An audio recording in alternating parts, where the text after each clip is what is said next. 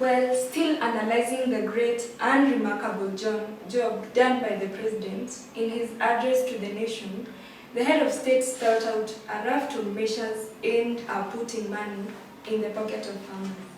The money-making measures outlined by the President included efforts to curb corruption by those managing the agricultural sector and exploiting their positions for illegal gain while siphoning farmers' returns or earnings. He also directed action to the increase of farmers' revenues as opposed to the brokers or middlemen. 2. As Kenya remains a leading exporter of black tea, President Kenyatta did address concerns on the pricing policies and mechanisms of tea and coffee sectors, such as low tea prices, delayed payments, low initial payment by the Kenya Tea Development Agency (KTDA), plus fluctuations in the net income of tea farmers. In his speech, the head of state made note that due to some operational and governance challenges that have emerged in the last few years, due to conflict of interest by some directors and lack of clarity in the declaration of dividends by subsidiary companies, there will be restructure of governance to the smallholder subsector management (KTDA) to ensure that farmers get more revenue from their tea sales. While an empirical evidence that really shows results of poor governance are that, I want you to hear this, the farmers who have been earning 91 shillings per kilo for their tea are currently earning 41 shillings, with 50 shillings per kilo going to the brokers and middlemen. And in the context of market liberalization, our farmers have the option of selling their tea to whom they choose or want. Now the concern here is that people have taken advantage of this option to exploit farmers. See, these middlemen, variously known as Uhuru or the Mukohoro, purchase their tea from farmers on cash on delivery basis and then sell them to KTDA in their own names. So the President directed the Ministry of Agriculture to ensure that the 2019 tea regulations incorporate appropriate mechanisms to ensure that no unregistered tea grower is allowed to sell it. In addition to the above measures, the coffee sector, the President directed the National Treasury to immediately put into operation the 3 billion shilling cherry revolving fund within the next 28 days to cushion farmers from delayed payments and enable them to access finances to meet their daily cash flow requirements while awaiting payments for their milk. Finally,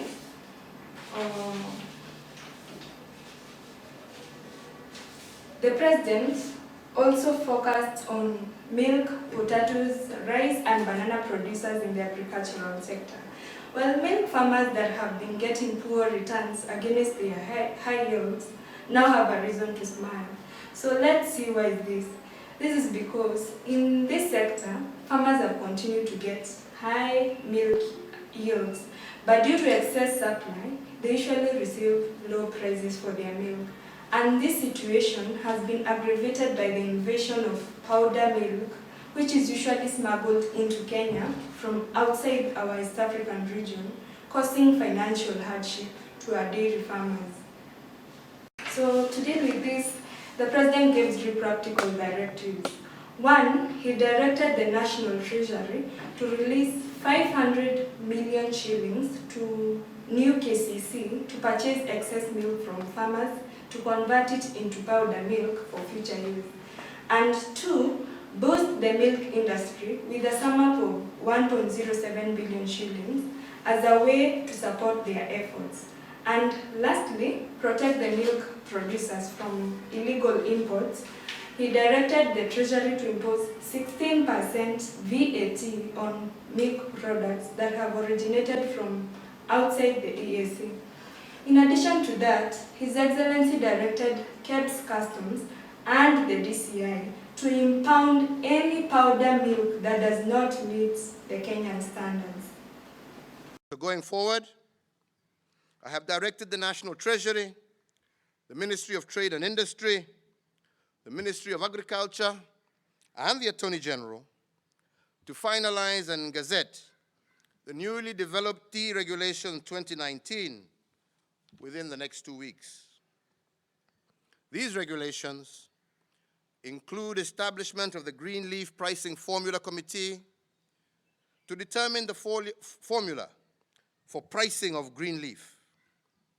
Further, the establishment of a self-sustaining stabilization fund to cushion farmers against price fluctuations and ensure implementation of guaranteed minimum returns, the establishment of the Kenya Tea Council and the regulation of the volumes of tea sold through the auction and through direct sales, direct contracts, to be set at 80% and auction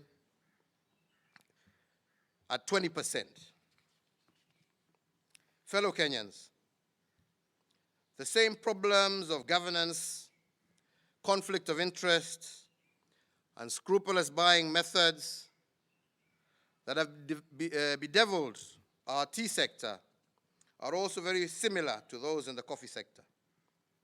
The Coffee Task Force, which I established in 2016, has completed its work, and I am aware that the recommendations have not yet been implemented. So today again, I direct the Ministry of Agriculture to immediately implement the task force recommendations. In addition to the above measures for the coffee sector, I have directed the National Treasury to immediately operationalize the 3 billion shilling Cherry Revolving Fund within the next 30 days to cushion farmers from delayed payments and enable them to access finance to meet their daily cash flow requirements while awaiting payments for their produce.